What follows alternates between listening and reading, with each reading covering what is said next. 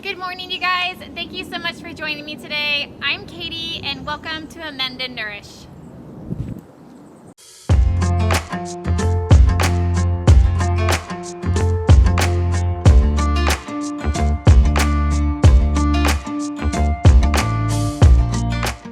Seed starting is the best feeling of hope and new beginnings for the new year. There's nothing like getting your hands dirty after those long, cold, dark winter days.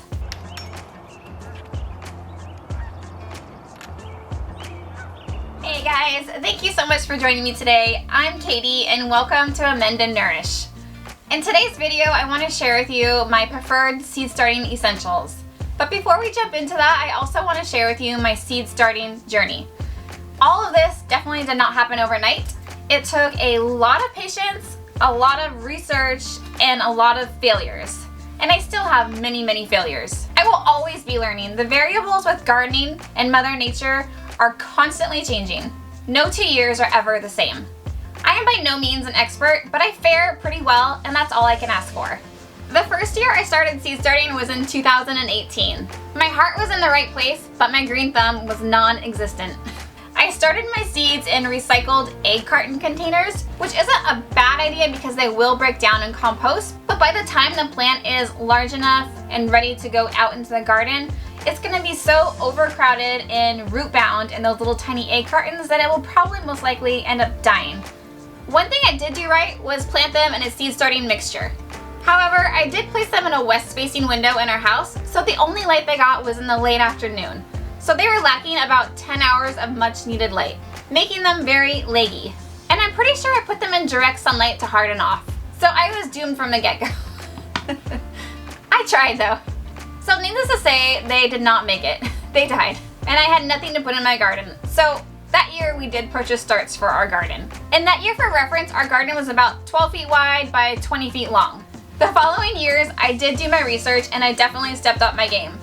I started with an old shelving unit that we had laying around that wasn't in use, and I purchased some 10-20 trays from our local hardware store and saved as many plastic food containers as I could. Just remember, if you are going to use food containers, that you put some drainage holes in the bottom. I did invest in a smaller 10-inch heating mat and some grow lights. The lights ended up not working for me and they were quite expensive for their size. I would have needed quite a few to fill up my shelving unit. So I did some research and I learned that you don't actually have to use grow lights. You can use regular lights as long as you have the correct number of lumens and kelvins. Kelvins, the color temperature of light, should be around 4,500 to 7,000. The higher the better. And lumens, the amount of light or visible light, should be around 2,000 to 3,000. These numbers will mimic the sun without actually needing it. I found these lights on Amazon and they were way cheaper on the wallet and covered a larger surface area. They fit my shelving unit perfectly and they got the job done. I was growing tomatoes like a champ. So needless to say, I was hooked. Every year since then, I've only been improving my skills and taking in as much knowledge as I can, growing more and more plants in different varieties year after year. That's when I knew I needed and really wanted a greenhouse. So we made our purchase at the end of the 2021 growing season, and I couldn't be happier. For us, it is way more cost effective and a lot more fun to grow all of our plants from seed. To fill our garden every year with starts purchased from a store would cost hundreds, maybe even thousands of dollars.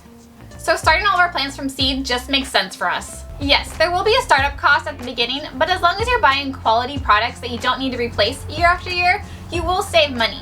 Just imagine all the fresh organic produce that you can grow in your own garden and also preserve to have throughout the whole year. Will also save you money on your grocery bill. There's nothing like opening that fresh garden salsa or that deliciously sweet preserved jam in the middle of winter. That, my friend, is priceless. Now let's talk about the products that I like to use to grow my seeds both indoors and also in a greenhouse. First up, and the most important, is your soil. I don't find it necessary to actually use a seed starting mixture. Not only are they more expensive, especially if you purchase an organic one, but they don't have any actual nutrients or fertilizer to help support your plant. So by the time the plant emerges from the seed, you'll need to start fertilizing. And when the plant is that small and that fragile, fertilizing can be quite difficult. So I just skip this step altogether and I grow them in something that will help feed and support them until they're ready to be up potted. I like to use the Kellogg's All Natural Organic Potting Mix and raised bed soil. It's formulated with organic nutrients and materials to help support your plant from the get-go. Its light, airy texture keeps the soil aerated so no compaction around the seedling's delicate roots. It does, however, have a few larger bark pieces, so just be sure to remove those before you plant your seeds. You definitely do not want to use a soil that you find out in your yard or garden. This soil is much too dense, lacking airy organic materials, leading to compaction and improper moisture levels. This will lead to root rot. Also, regular garden soil can lead to disease, fungus, and pest problems, which fragile brand new seedlings are not strong enough to handle. As when you purchase a bagged potting soil, these products are clean and sterile, free of diseases, pests, and fungus. The next essential is a tray. You will need a tray of some sort. I like to use the 10-20 trays without holes. That way you can bottom water once the seeds have germinated. I started with the cheap ones from the big box stores, and they only lasted a year or so I would recommend investing a little bit into a higher quality tray. Just to compare, I've put all three of the trays side by side. This is the high quality one from Bootstrap Farmer. This is a decent one that I have found on Amazon. And these are the ones that you'll find at your big box stores. I have dropped many seedlings and plants on the ground because my tray has collapsed. Next up, we have seed starting containers. I like the 6-cell seed starting packs. You can fit 12 of these in a 10-20 tray, or start saving up those plastic food containers. Another essential is a heat mat. I find this necessary if you're wanting to grow peppers. Peppers love the heat to germinate. Also, if you're wanting to grow tomatoes and basil, I find it a lot easier to get the seeds to germinate if you do have them on a heat mat. I purchased this 10-inch one my first year of seed starting. It's lasted me this long, 5 years now. And then I've upgraded to this 4-foot one this last year. Alright, the next essential I would recommend if you have a greenhouse with heat mats in it is a thermostat for your heat mats. Heat mats can get up to 10 to 20 degrees hotter than their actual location. So in a greenhouse, when your temperatures fluctuate so much, like when it's 30 degrees at night and then the sun's out and it's up to 80 or 90 in the greenhouse, you want to have a safety feature like a thermostat to automatically shut off your heat mat so you don't accidentally fry your seedlings. However, if you have your heat mat in an indoor growing setup situation, your indoor temperatures do not fluctuate as much as a greenhouse, so having a thermostat on your heat mat isn't necessary. Alright, next we have lighting. Lighting is so crucial, not only to germinate some seeds, but also for your seedlings. If they are not getting the adequate light they need from either the sun or artificial light, they will become leggy, and your plant will not flourish, and ultimately they will not survive. I use these lights. These are just regular LED shop lights. Like I said earlier, as long as your kelvins are around 4,500 to 7,000 and the lumens are around 2,000 to 3,000, you should be good to grow. Given our location and the lack of sunlight this time of year, I still do use my grow lights to get my seeds started. I like to make sure that they're getting the adequate amount of light that they need, and since I have the lights from my previous indoor growing setup, I'm gonna utilize them in my greenhouse. So once my seeds have germinated and popped up from the soil, I then like to start using an oscillating fan. The fan will circulate the air and help prevent your plants from dampening off. Dampening off is when your seedling suddenly dies from a fungal disease. This happens at the base of the plant. And providing air movement in your location will help keep that top layer of soil dry and from forming a fungus. A fan will also provide movement to the seedlings. Essentially, you're creating your own small, controlled, windy day. This will help strengthen your seedlings and get them ready for the real world, your garden. So this next one is not essential to growing seeds, but it's a huge help. That is a programmable timer. This will help you so much. This will turn my lights on automatically every day and also shut them off automatically every day. I can also program different times for each day of the week. This is a game changer. For only a few bucks, this is well worth it for me.